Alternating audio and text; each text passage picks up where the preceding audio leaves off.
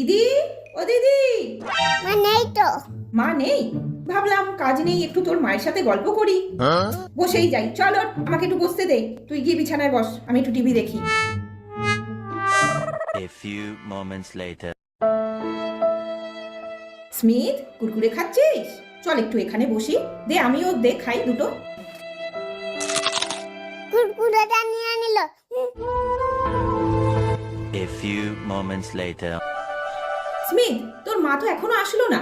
শর্ত একটু বসে তোর মাকে ফোন করি। হ্যালো দিদি, কোথায় তুমি? ও আসতে দেরি হবে নাকি? আমি তোমার বাড়িতে বসে আছি, অনেকক্ষণ হয়ে গেল। ঠিক আছে, তাহলে চলে যাচ্ছি। আসতে দেরি হবে রে তোর মায়ের। এ কি হলো, উঠতে পারছি না কেন? এবারে সারা জীবনের মতোই চেয়ারে বসতে থাকো। ও ভগবান, দিদি গো, তোমার ছেলে সারা জীবনের মতো বসিয়ে দিল চেয়ারে। এখন আমাকে এই চেয়ার নিয়ে।